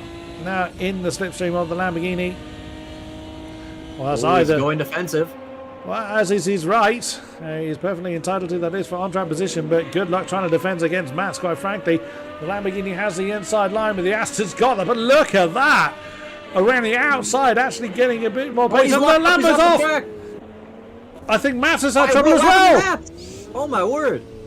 What happened to Mats? I mean, I saw Exus had a lockup, but what happened to Mats? Mats just touched the grass on the exit of Giral, so that sent the Aston round. All that time, all that effort, all for naught, as one spin, one mistake is all it takes. And alas, that has dropped Mats outside of the top 10. Yeah, Exus now with only a couple laps left to try and recover. P10 and 11, only a few seconds ahead of him. It does look like the gap's up ahead. Let's take a quick look. Fennec, he's side by side with Warlord right this second. Maserati versus Dodge. Oh, a bit of door rubbing going on between the two. Warlord trying to defend as best as he can. He's going to have one more inside line, but doesn't need it. He manages to defend that position through Curve and Apache. Fennick's going to have to rethink that one. Andrew is not far behind them in 8th. So we'll have to see if he's able to close in. 5th of Cuckoo is about 6 seconds down the road. They may not catch the Corvette, but either way, they're having a great battle between themselves for 6th place. Warlord in the Maserati. He's giving a big old slipstream to Fennick. Defends and glues himself to that inside line. Now Fennick resumes the racing line. A little bit late. Far too late. Far too late. And off into the weeds. That seems to be a very different racing line. Oh, my word! Andrew absolutely poleaxes Fennick. Andrew miles too late on his brakes. Nails the back of Fennick. How unlucky do you have to be? You've missed the corner completely. And then out of nowhere, you're not even on the track, and you get absolutely torpedoed at a faster rate than I think anyone could have expected. That is a tragic end to Fennick's race, although he's still in P7, so I think he's managed to build enough of a gap that it won't cost him that many points. But still, Andrew, my goodness, that's almost as bad as his Barcelona rejoin from so many months ago. Well, right behind Andrew is trouble. There we go. Now, is Andrew coming in the pits? No, he is choosing to continue. The situation with Mats has to be rewatched. Seems like he was at the wrong situation at the time. From my perspective, it looked like he just touched the grass because he got the move done on Exus, but I think he just touched the grass, pushing a little bit too hard. But if the stewards want to have a look at that, then they are perfectly welcome to, as we continue to watch JD looking at the back of Andrew. Andrew's quite heavily damaged car, tries to turn in, finds an Aston there, and bounces off the side of JD. Yeah, Andrew not finished with taking victims tonight, it seems, as there's only 3 laps left in this race now. We have 17 drivers remaining. We've lost Mammoth so far. Who else have we lost? Oh, we have had another retirement. I'm not certain. We need to start getting a checklist for this kind of thing. But, yeah. Meanwhile, the race leader, Gillies, he's not had that much screen time, and that's because he's simply been excellent tonight, but still 12.4 seconds ahead of Ricky. Half a minute ahead of Keza, who's now actually under pressure from Eddie. So I said they seem to be locked in. Eddie has somehow gotten closer to Keza and has now brought the fight for the podium back to the camera. Oh, we've got one off. We've got one off. Matt has gone off the road. No, Fennick, sorry, has gone off the road. So that was Andrew. I think probably jumping out of the way with a very heavily damaged car. Oh, has there been another incident? Well, Fennick, we know, has lost his rear wing because it was Fennick who was on the receiving end of Andrew's attentions. Oh, hold on. Eddie's off the track now as well. Oh, my word. What is going on? That's, position for Cuckoo up to P4. Absolutely so. Whoa. Are people just running out of tyres, I wonder? That's absolute chaos in the closing stages of this race. We still have a 4-car fight for P7 going on with all of this. I mean, I am struggling to decide what to look at this point. Yeah, it's a good problem to have as race director. So riding on board with the Corvette then. Briefly, back to Exus in the Lamborghini now, back inside the top 10. Through the misadventures of others. Look at Jedlin almost pushing JD through Rome. Andrew has decided to bring his car in. He probably was trying to limp his car the final few laps, but has given up on that particular quest. I would imagine he's probably going to be him to the end of the race. I'm surprised Fennick hasn't come in. That car must be incredibly lively to try and steer with no rear wing. But either way, very different lines being taken through Norte now, but no particular advantage gain. Oh, a bit deep there for the Corvette, but they remain where they are. Now, will they remain that way at the end of the lap, or at least at the end of the straight? I think they probably will. They're a little bit too far spread out to try and make a move, although Exus did look like he was thinking about it as they come through Seoul for the penultimate +1 time. By the way, I am adding what happened to Fennick to the curse counter because you said he was going back to the racing line and then he proceeded to do a different layout. Fair enough. Yeah, we'll take that. Oh, again, such a strange line that Jedlin's taking, whether it's because he's just controlling the horses with very fading tyres. Oh, is that an opportunity for the Lambo? Braking. And there's definitely been contact there. Jedlin, has he survived? He has. But that's a double overtake for That's Mats. Alexis. Mats is all of a sudden in here. Where did he come from? Good question. We can see an Aston fueled by pure rage, I think, by this point. Has turned this into a 5-car battle now, if I'm not mistaken. Has indeed, as he's now been forced to the outside line for Kurverum with Exus and the Lamborghini holding station. The Aston can't hold it. Now, as far as we know, Mats didn't hit anything. He just touched the grass, so it's in the same condition, just further down the field than he would like. But Mats, being an absolute top quality driver, is certainly looking to nail at least one of the cars ahead of him. Oh, wow! Ending it already. Oh, he's overcooked it! Too far. Yep. He's off the track once again.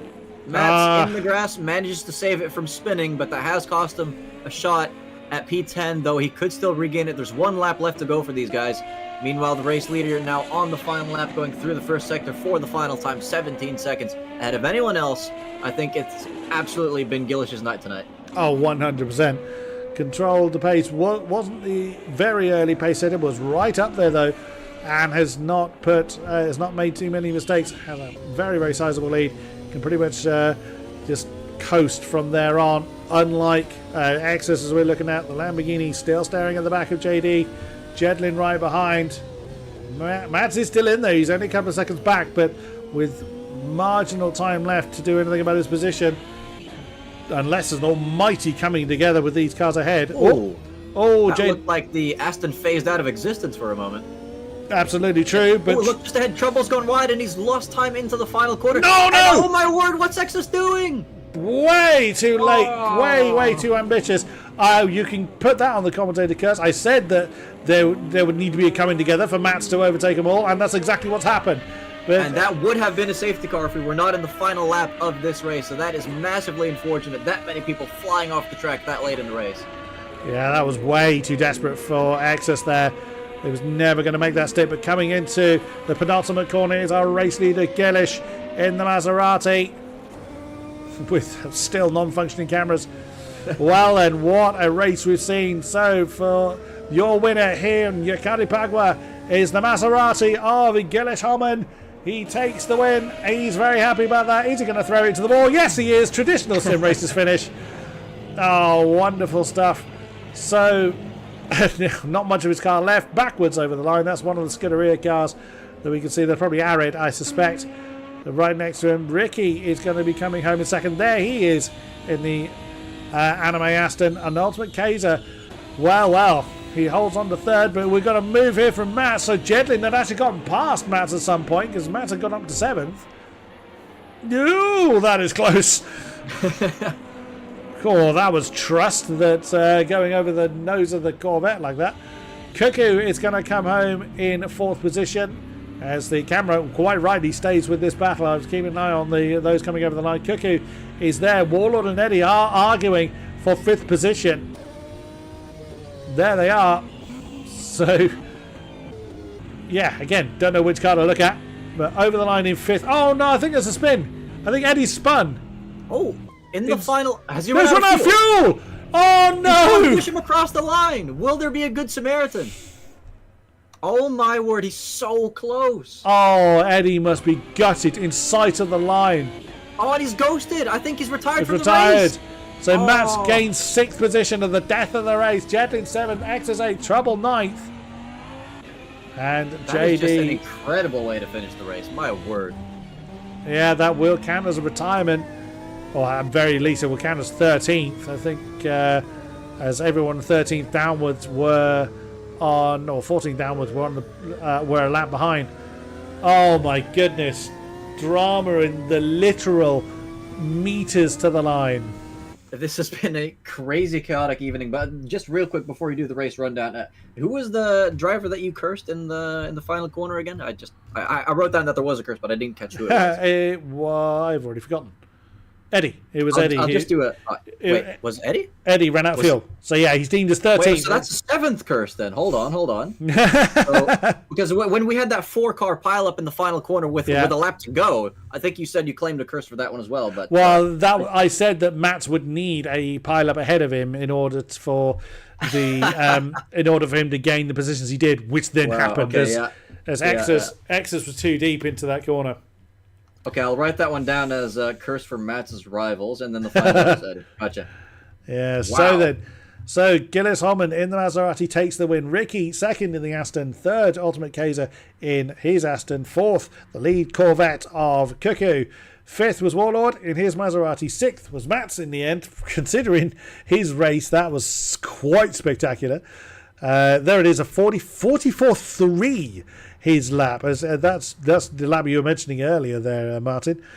Jedlin in 7th, Exus 8th, Trouble 9th, and JD rounding out the top 10. Fennec 11th, Burn 12th, Eddie 13th, Connor in 14th, Andrew 15th, Arid in 16th with Bullet Sound 17th. We lost Zevius was the driver we couldn't remember who had retired, and Mammoth we saw having that issue towards with regards to his steering wheel. Also, we're already getting some closing remarks here from certain drivers. Jedlin saying P7 after all those mistakes, that's a steal. Well, yeah, certainly with Eddie running out of fuel, he must be absolutely fuming with that, just meters away from the line. I mean, he was running on fumes, so I assume so. Bravo, sir. Do we have anybody wanting to come and have a chat to us? I am very glad that I was not alone for this race, because that is chaos that is meant to be shared with people. We do have some drivers ready to come and have a chat to us.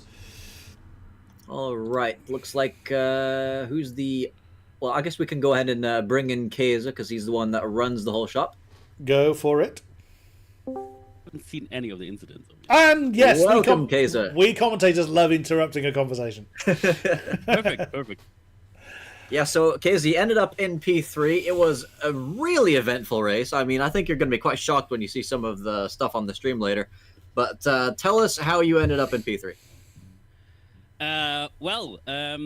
Partly on skill issue, partly on tactics issue, and I think also on not really my fault incident. Obviously, I don't know if you saw, but I lost the lead due to an incident with Mammoth. Yes, we did catch that. Sure that was my fault, but I don't want to blame anyone before I haven't looked at it.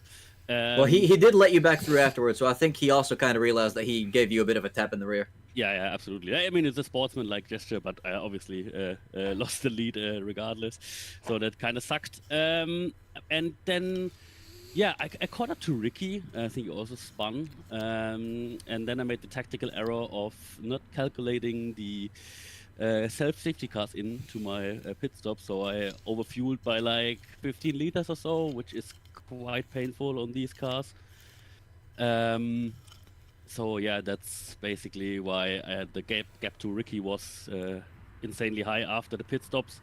So yeah, P3 was really all I could do. I tried to push for the entirety of second stint, but Ricky didn't do any mistakes. So I gained like a second in multiple laps. So basically nothing. And yeah, that also caused my tires to just die. And I even spun and almost lost the position to Eddie.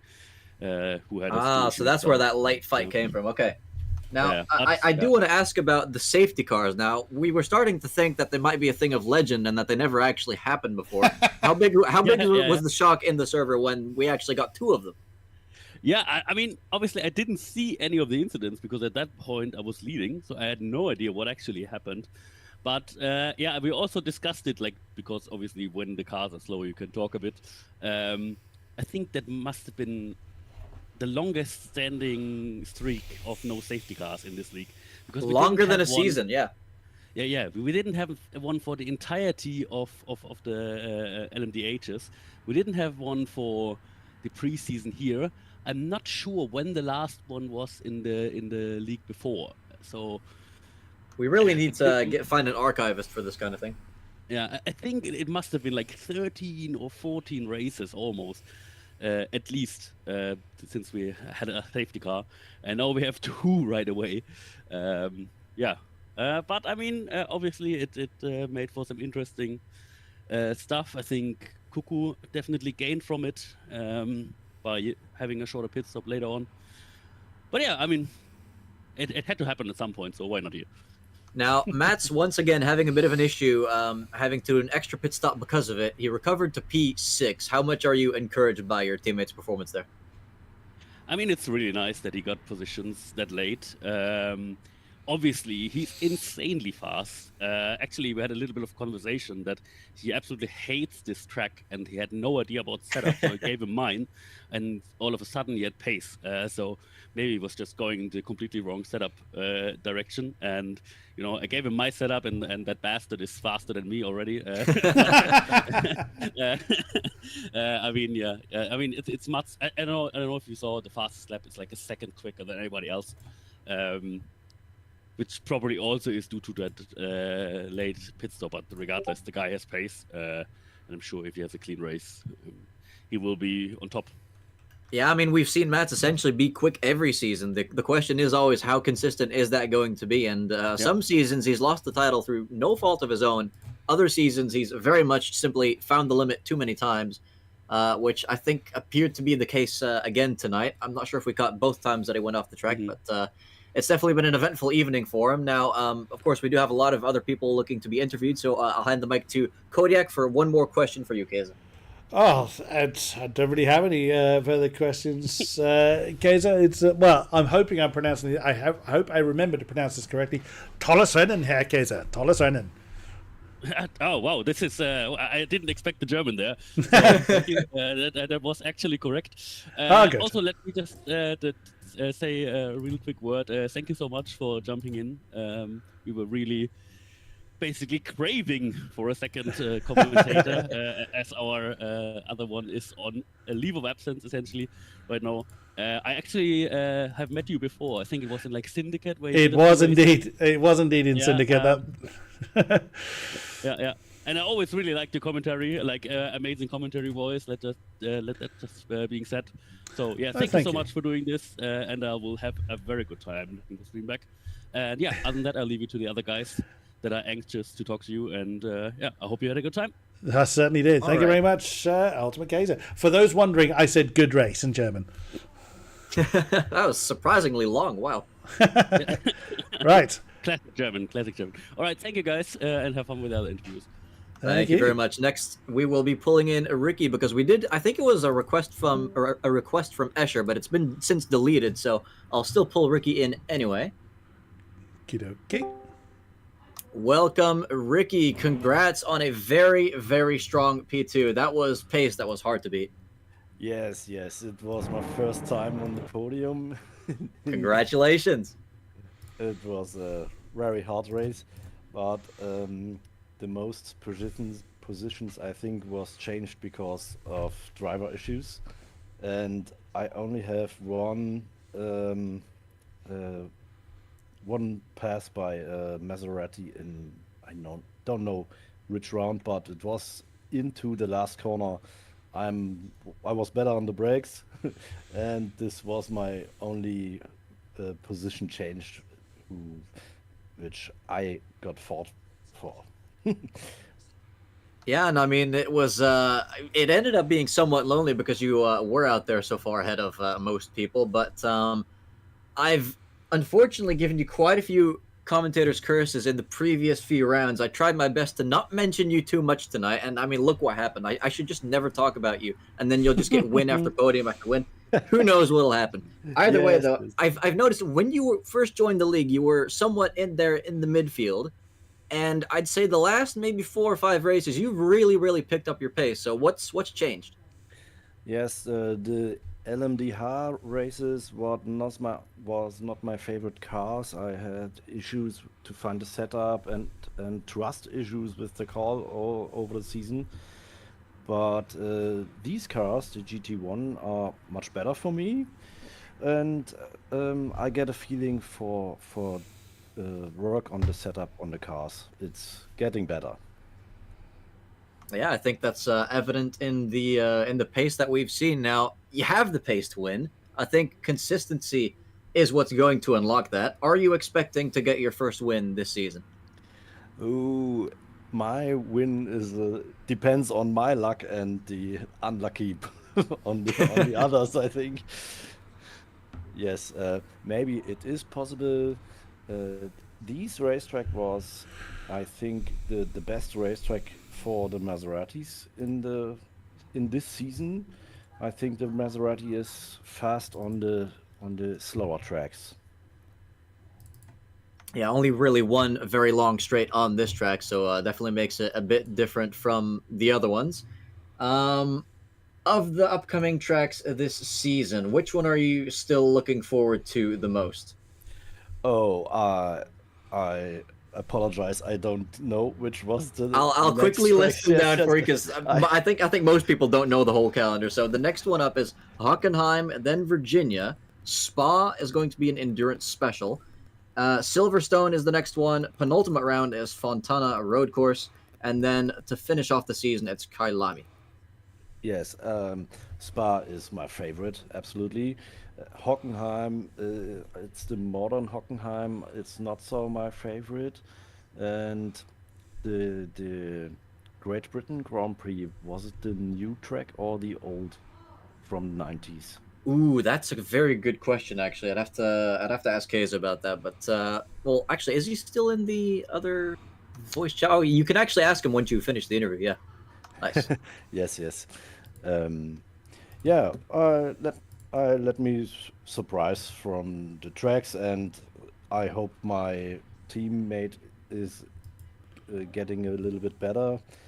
And yeah, also my friend in the other team, Bullet Sun, he has some issues with his car and finding a setup. And yes, Yeah, I that hope. was actually very unfortunate because, of course, we did see qualifying was not the best, but Bullet Sand was well into the top 10 at some point this race, and then unfortunately had a pretty big spin. Yes, I know that both guys has potential to get in the maybe fifth place, something like that. And yeah, I hope to see this this season. Yeah, me too. I'm absolutely looking forward to that, and who knows? We may well see that happen with how unpredictable these races. It must be said how unpredictable they have been. Now we do have a lot of people still in the waiting room. So Kodiak, do you have Yes. one more question for Ricky? Or Ricky, do you want to share one more thing? Oh, I have nothing special about this race to tell anymore. All right, Uh, Mike to Thank Kodiak. you. Thank no, you. no questions from me. Just well driven, Ricky, and we look forward to seeing you out there again next time out. Yes, thank you. Have a Bye good one. bye. All right, that was our P2 finisher. Let's bring in the winner.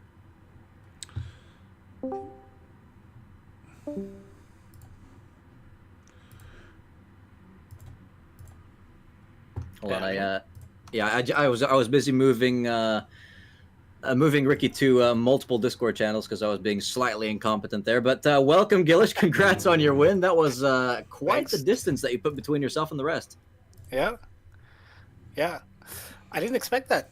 They made way for me at the start, and then I could just do my laps, and the pace was good. So I had enough fuel, about 10 liters left even. So Yeah, I mean, what can I say? well, it wasn't all boring. To be fair, you did have some fights in the first stint, so why don't you talk about those? I believe you were staring at the tailpipe of Keza and some others. Yeah, Keza, Ricky, Mammoth, those three mainly. And well, I didn't do any overtakes, so I just tried to stay safe because I thought I would have to fuel safe to make it. I thought just keep the slipstream and make no mistakes. We may well have to start calling you the professor, getting wins with no movements. Yeah, yeah. I think it works out better for me. Now, speaking about well, obviously not the racing because that was fairly calm for you tonight, but setup wise, did you go high downforce, low downforce? Did you change tires in the pits? Pretty high downforce. Max in front, 6 out of 10, I think, in the back. Medium tires twice, I did change. And And gave me the hint before the race that I should minimize ride height and spring rates. So I did that, and it worked. I just took the setup I used on the time trials, and it appeared I was almost at the lowest settings already. Only the rear ride height was not minimum yet. Yeah, and I mean, you typically expect the time trial setup to be quite hairy, but I don't really think you had that many moments where you almost lost the car, did you? No, indeed. And the tires stayed really controllable. The last few laps I was pushing a bit just for fun, and then the final lap the rears were a bit wobbly, so took it easy that one. Yeah, I mean, looking at the gap, I think you could have afforded at least 2 spins and still won the race. So hats off to you for the strong start to the season, Gillish. Yeah. Since you didn't actually get any overtakes done, how difficult do you think it is to overtake in these cars? Based on what you've seen happen. I think it's all right. Only on the back straight, the Astons were just running away. Even if I had a good exit from that turn, they were just, I was no match. Maybe I had too much downforce. I don't know.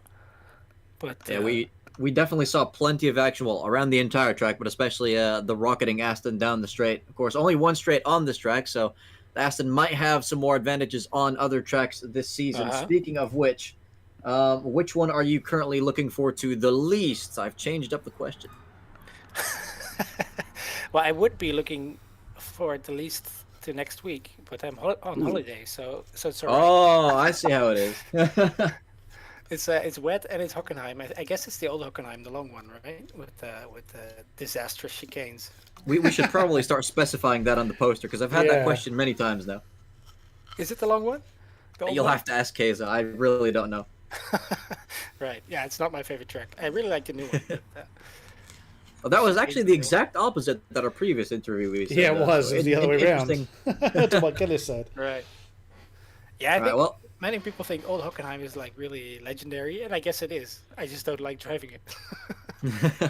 It is a lot of chicanes, to be honest, and chicanes are not the most exciting experience, but we'll have to wait and see what kind of action we get there next week. I mean, it was very chaotic this week. If you have any spare time, I highly recommend checking out this race, because it was bonkers until the end.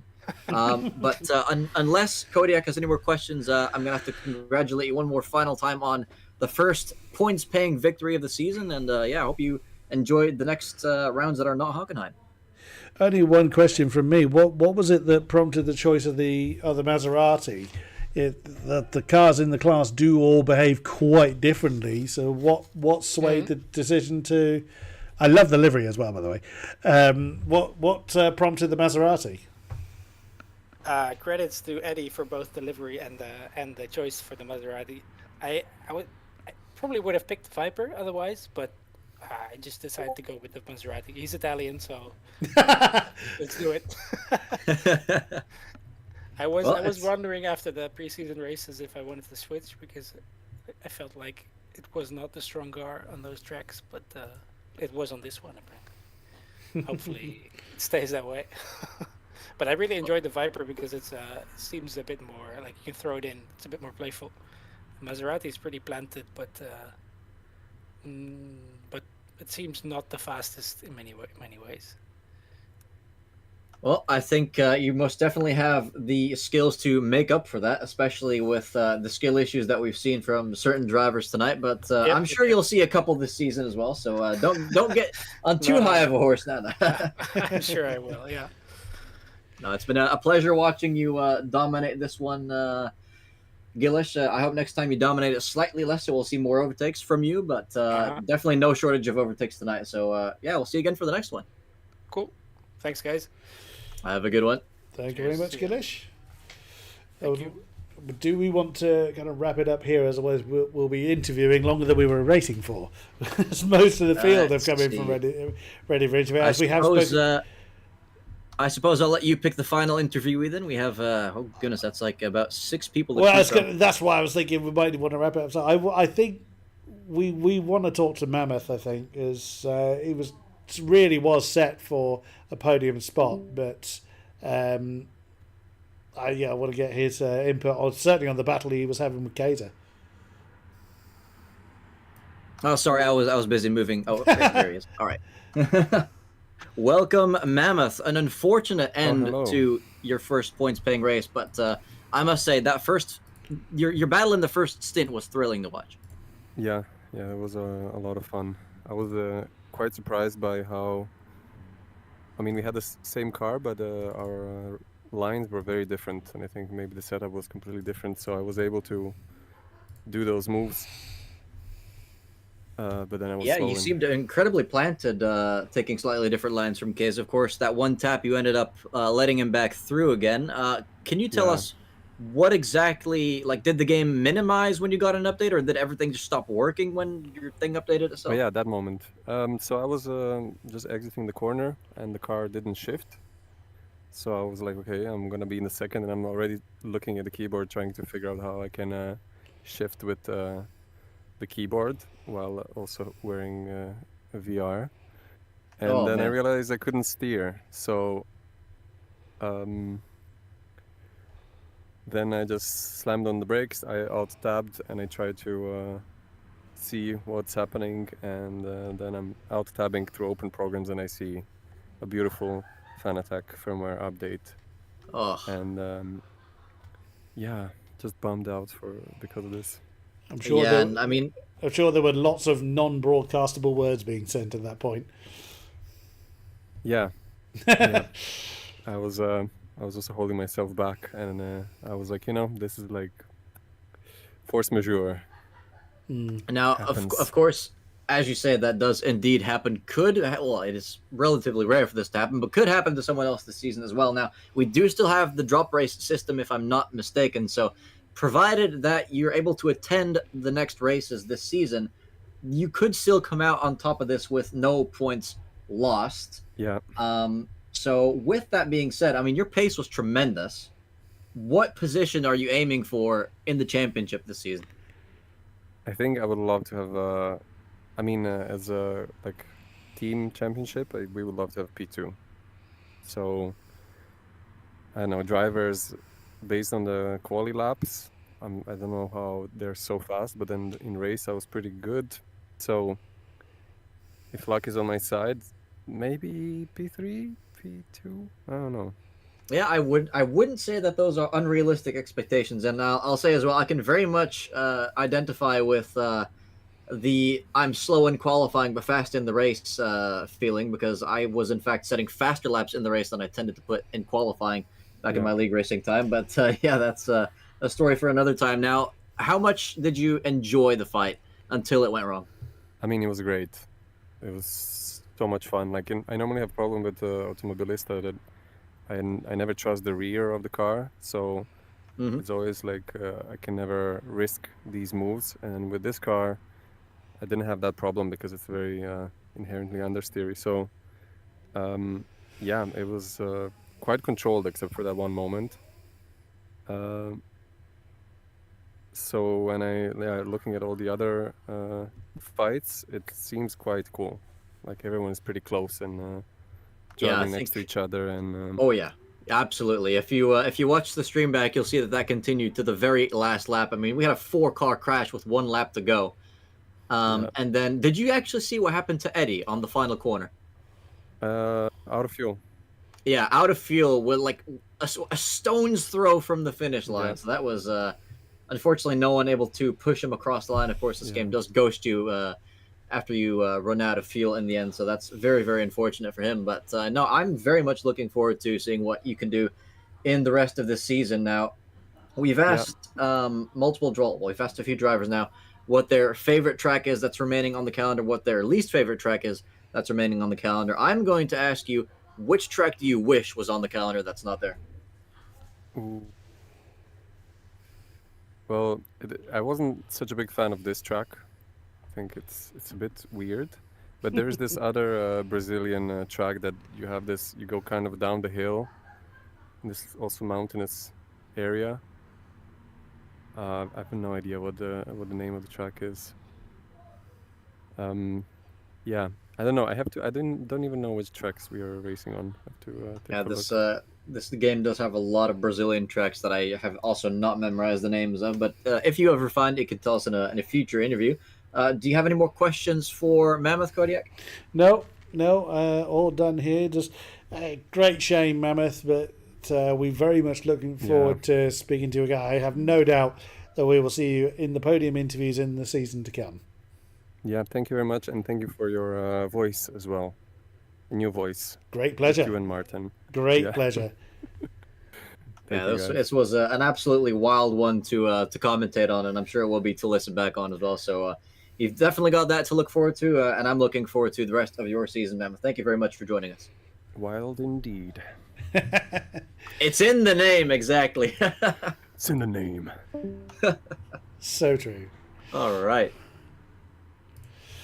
So that is going to wrap it up for this evening's festivities. So thank you very much to those that have been with us either live or post-event. It has been a great pleasure to have you along for tonight's very epic ride. Thank you very much, Martin, for keeping me on the straight and narrow. It's a difficult job, but you weathered it well, sir. Thank you very much. I must say I was not underwhelmed in the slightest by your return to commentary here as well. It has been great fun being back in the commentary box.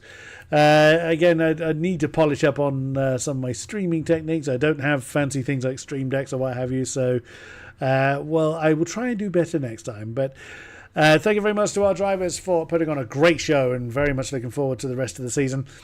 We will be back next week for, I've forgotten, I've had the thing up several times and I've already forgotten what next race is. It is Hockenheim, so you're not 100% sure which version of Hockenheim it is. But yes, we will be heading to Germany for what is going to be, I have no doubt, an absolutely brilliant race, especially if the weather has got anything to do with it. So we hope we will see you next time out for more racing action here at MSR. Until next time, thank you very much, and good night. Good night, everyone.